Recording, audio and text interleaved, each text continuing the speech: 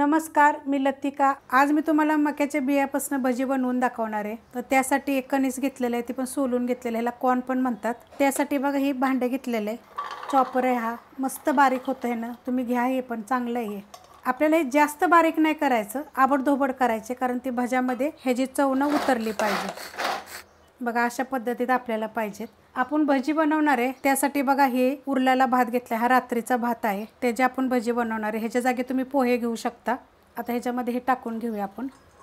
फक्त ते मक्याचे बी फुटलं पाहिजे बघा, असं एकदम आपल्याला बारीक नाही करायचं। त्याच भांड्यामध्ये आता आपण कांदा पण घेणार आहे। तर हा मोठ्या आकाराचा कांदा आहे, तुम्ही 2 घेतले तरी चालेल, बारीक आकाराचे। आणि ह्यात आपण कढीपत्ता पण टाकणार आहे, आणि हे पण आपल्याला बारीक करून घ्यायचे। बघा अशा पद्धतीने बारीक करून घ्यायचं। तुम्हाला जर हे घ्यायचं असेल ना, तर ह्याची लिंक मी ह्या रेसिपी खाली देते। आता हे आपण कांदा आणि कढीपत्ता बारीक केलेला बघा टाकून घेऊया। तर अशा पद्धतीने आपल्याला बारीक करायचे। जर तुम्हाला उभं करायचं असेल ना, उभे कापायचे असतील तरी पण चालेल। आता आपल्याला ह्याच्यामध्ये बघा हे लसूण, 1 इंच आलं, थोडंसा जिरं कुटून घेतलेलं आहे, आणि हिरव्या मिरच्या तुम्ही तिखटाप्रमाणे घ्या, पण लसूण आणि आलं जरूर घाला। कोथिंबीर घेतली बघा, देठा सकट घेतलेले, देठ ह्याची ना कवळी कवळी होती, मग देठ घ्यायची, त्यानं काय होतं, चव छान येते। आता ह्याच्यामध्ये बघा 1 चमचा सफेद तीळ टाकायचे, कच्चे आहेत, हे काय भाजलेले नाहीयेत। आणि थोडासा ओवा बघा असा चोळून टाकायचे, थोडीशी हळद, 2 चिमूट बघा हिंग पावडर, अर्धा चमचा जिरे धने पावडर, थोडीशी बघा लाल मिरची, कारण आपण हिरवी मिरची टाकली त्याच्याप्रमाणे तुम्ही चवीप्रमाणे घ्या। भाताला मीठ असतं, तुम्ही मीठ बघून घ्या, थोडंसं मीठ टाकते। आता हे चांगलं आपल्याला पहिले मिक्स करून घ्यायचे बघा, या अशा पद्धतीत चांगलं दाबून दाबून कालवून घ्यायचं। आणि जे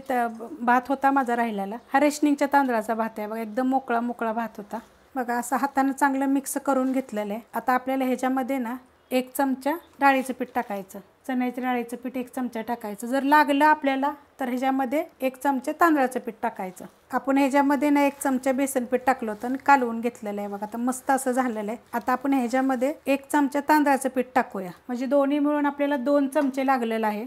आणि 2 वाट्या भात होता बघा, अशा पद्धतीने मिक्स करून झालेलं आहे चांगलं। आता ह्याच्यामध्ये तुम्ही काय काय टाकू शकता ते पण मी तुम्हाला सांगते। तुम्ही गाजर टाका, शिमला मिरची टाका, तुम्ही ह्याच्यामध्ये दुधी भोपळा, दोडका असं खिसून सगळं टाका। तुम्ही मेथीची भाजी टाकली चालेल, पालकची भाजी टाकली तर चालेल, आणि पकडायचे बघा आपल्याला अशा पद्धतीत। आणि हा रेशनिंगच्या तांदळाचा भात होता, तुम्ही कोणत्या पण भात असेल ना तरी करा, छान लागतात, 1 नंबर लागतात चवीला। तेल गरम झालेलं आहे बघा, गरम करायला ठेवलं होतं, तर अशा पद्धतीतनं आपण पकडायचं त्याला, काय असं सोडायचे, मस्त होतात।